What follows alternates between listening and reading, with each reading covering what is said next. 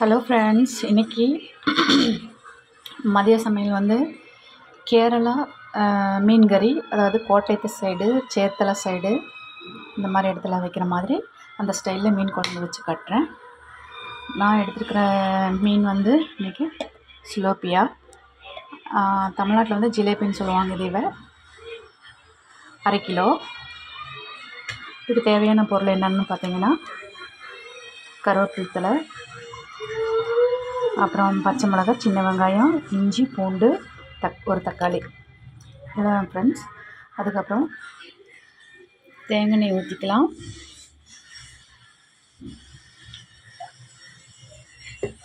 அதுக்கப்புறம்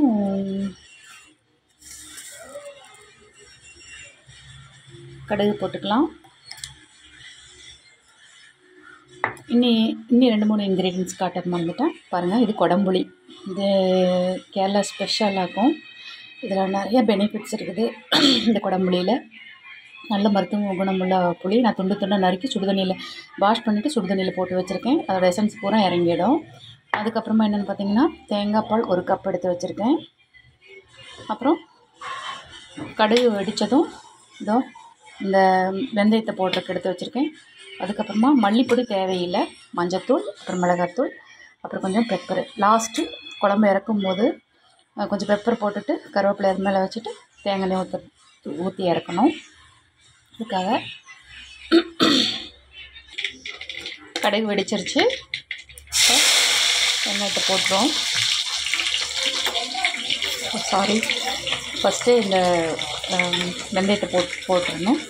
வதங்கிடும்.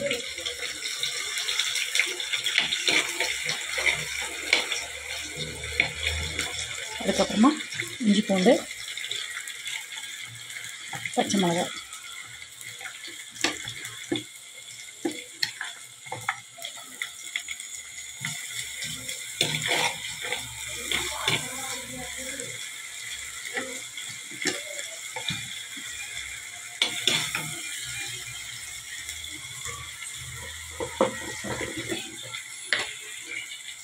வெங்காயம், பச்சை மிளகாய் வதங்கும் போதே கொஞ்சம் உப்பு போட்டிங்கன்னா சீக்கிரமாக வதங்கி கிடைக்கும். தக்காளியும் போட்டுடலாம்.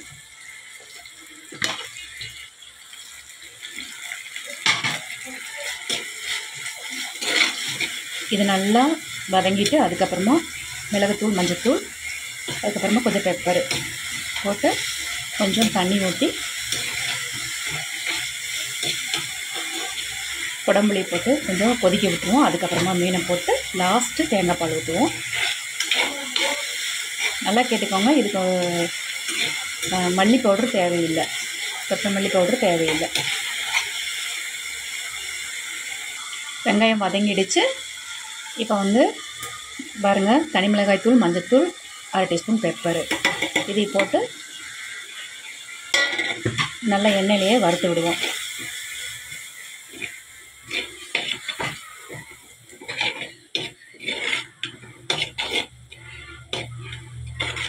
நல்லா ரெடிஷமாக இருக்குது பாருங்கள். கொத்தமல்லி தூளே அவசியம் இல்லை இதுக்கு. ரொம்ப நல்லாயிருக்கும். நீங்களும் செஞ்சு பாருங்கள். முழுக்க தேங்காய் எண்ணெயில் தான் செய்யணும். அதை நல்லா ஞாபகத்தில் வச்சுக்கோங்க. இப்போ நல்லா மிளகாத்தூள் போட்டு நல்லா வதங்கிடுச்சு. இப்போது கொடம்புளியை போட்டுடலாம்.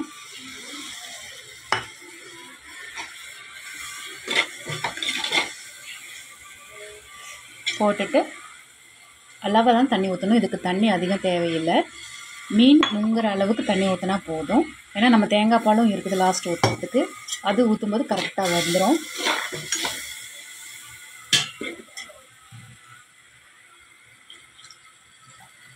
போட்டாச்சு. இங்கே வந்து மீனை ஒவ்வொன்றா வந்து அடுக்கி வைப்போம்.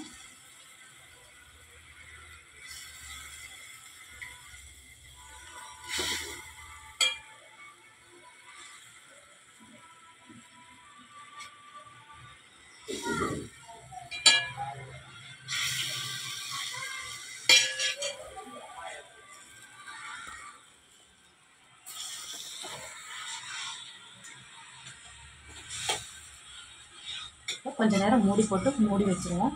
உப்பு லாஸ்ட்டு பார்த்துக்கலாம் தேங்காய் பால் ஊற்றுனதுக்கப்புறமா. இப்போ மூடி போட்டு மூடி வச்சுருவோம். ஓகே, ஓப்பன் பண்ணி பார்க்கலாம். 10 நிமிஷம் ஆகிடுச்சு. நல்லா வெந்துருச்சு மீன். உப்பு மிளகாலாம் சூப்பராக பிடிச்சிச்சு பாருங்கள். இப்போ கொஞ்சம் வெந்தயத்தூள் போட்டுக்கலாம். அதுக்கப்புறமா தேங்காய்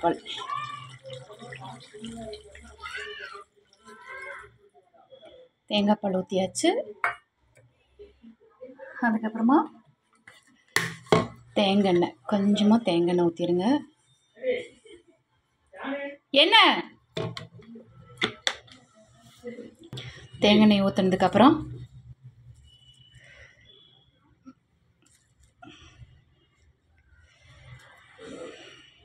இப்படி வச்சிடலாம். கரண்டியே போடாமல் சும்மா ரவுண்டாக இப்படி எடுத்து 2 கையிலையும், நான் ஒரு கையில் வீடியோ எடுக்கிறதுனால ஒரு கையில் தான் இது பண்ணும். இப்படி எடுத்து துணியை பிடிச்சி இப்படி எடுத்து நல்லா குலுக்கி அதுக்கப்புறமா மூடி போட்டு மூடி வச்சுருங்க. நான் உப்பெல்லாம் பார்த்துட்டேன், கரெக்டாக இருக்குது. தேங்காய் பால் ஊற்றின உடனே அதிகம் கொதிக்க விட வேண்டாம்.